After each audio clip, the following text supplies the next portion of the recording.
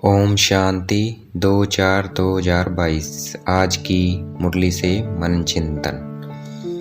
बाबा कहते ये ईश्वरीय यूनिवर्सिटी है, ये माता पिता की यूनिवर्सिटी है, गॉड फादर की यूनिवर्सिटी है। गाते भी हैं तुम माता पिता। तो इस यूनिवर्सिटी में भगवान बैठ पढ़ाते हैं और उस यूनिवर्सिटी में मनुष्य को बैठ पढ़ाते हैं। यहाँ निराकार बाप हम आत्माओं को पढ़ाते हैं। ये विचित्र बात है, इस बात को मनुष्य नहीं समझ सकते।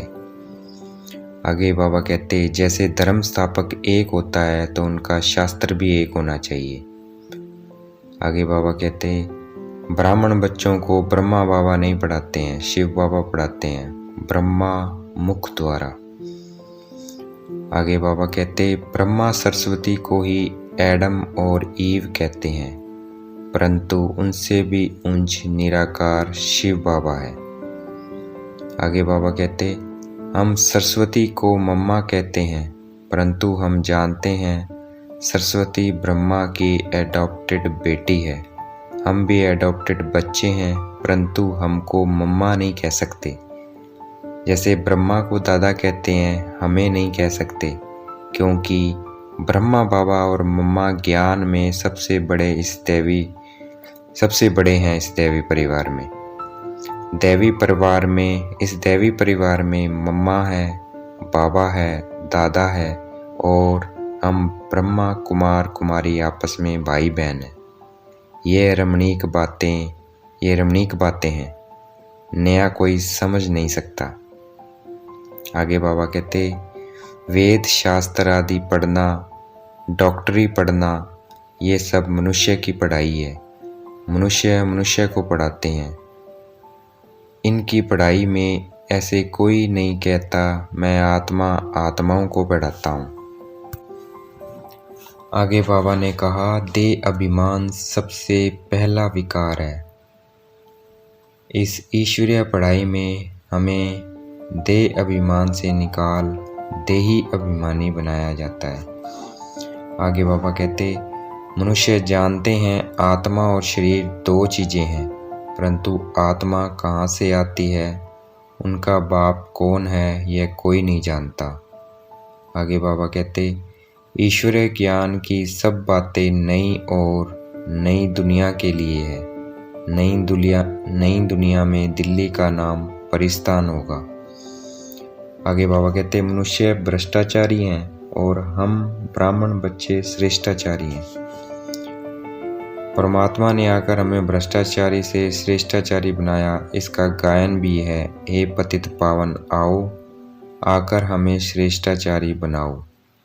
गुरु नानक जी ने भी कहा परम पिता परमात्मा आकर मूत लिपि कपड़ धोते हैं।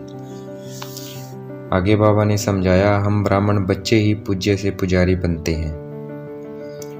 परम पिता परमात्मा कभी भी पूज्य से पुजारी नहीं बनते, वह सदा पूज्य है। वह हम बच्चों को पूज्य से पुजारी बनाते हैं। परमात्मा ही आकर सबसे पहले माता पिता को बनाया, अर्थात मम्मा बाबा को एडॉप्ट किया।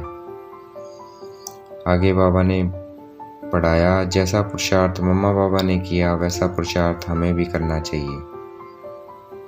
आगे बाबा ने कहा हद की हिस्ट्री ज्योग्राफी सबको पता है, परंतु बेहद की हिस्ट्री ज्योग्राफी किसी को नहीं पता कि नई दुनिया पुरानी कैसे बनती है और ड्रामा कहाँ से शुरू होता है। मूल वतन, सूक्ष्म वतन, स्थूल वतन क्या है, ये सृष्टि चक्कर कैसे फिरता है। आगे बाबा कहते जब हम संपूर्ण पवित्र हो जाएंगे तो सूक्ष्म वतन में हमारा संपूर्ण अव्यक्त रूप दिखाई देता है। जैसे सफ़ेद लाइट का सूक्ष्म रूप होता है, वहाँ वार्तालाप मूवी में चलती है। आगे बाबा कहते जैसे शुरू में बहुत साक्षात्कार हुए, राजधानी कैसे चलती है, रस्म रिवाज कैसे चलते हैं। शुरू में बच्चे थोड़े थे इसलिए साक्षात्कार हुए थे, अब आखिर में फिर साक्षात्कार का पाठ चलेगा। दुनिया वाले आपस में लड़ते झगड़ते रहेंगे और हम बच्चे साक्षात्कार करते रहेंगे। आगे बाबा कहते हम 5000 वर्ष के बाद फिर यह शिक्षा मिल रही है कि अपने को आत्मा समझ परमात्मा को याद करना है, तभी हमारे इस याद से जन्म जन्मांतरों के पाप भस्म होंगे। आगे बाबा कहते, अब हमें विक्रमाजीत बनना है। पहले पहले जो सतयुग में आते हैं उनको विक्रमजीत कहते हैं और पतित को विक्रमी कहते हैं। विक्रमाजीत राज्य सतयुग त्रेता में चलता है, फिर द्वापर से विक्रम संवत चलता है। अभी हम पुरुषार्थ कर रहे हैं विक्रमजीत राजाई में आने के लिए। आगे बाबा कहते, कलयुग में अकाले मृत्यु होता रहता है, इसलिए इस लोक को मृत्यु लोक कहते हैं, और सतयुग में अकाले मृत्यु नहीं होता है, इसलिए उसको अमर लोक कहते हैं। आगे बाबा कहते, वास्तव में जगत अम्मा ब्रह्मा बाबा है। ब्रह्मा बाबा बड़ी माँ है और मम्मा माँ है। ब्रह्मा बाबा का शरीर पुरुष का है, इसलिए सरस्वती को दिखाया है, इसलिए सरस्वती को बनाया है। महिमा बढ़ाने के लिए मम्मा का गायन है।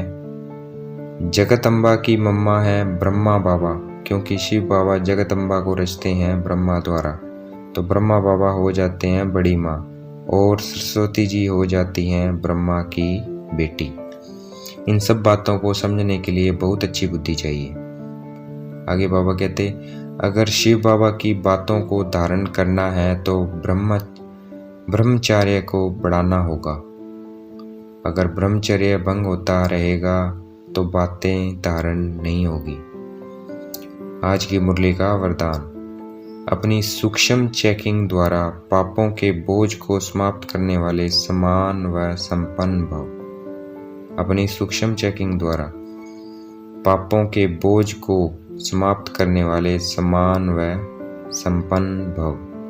आज की मुरली का स्लोगन, बहानेबाजी को मर्ज कर दो तो बेहद की वैराग्य वृत्ति इमर्ज हो जाएगी।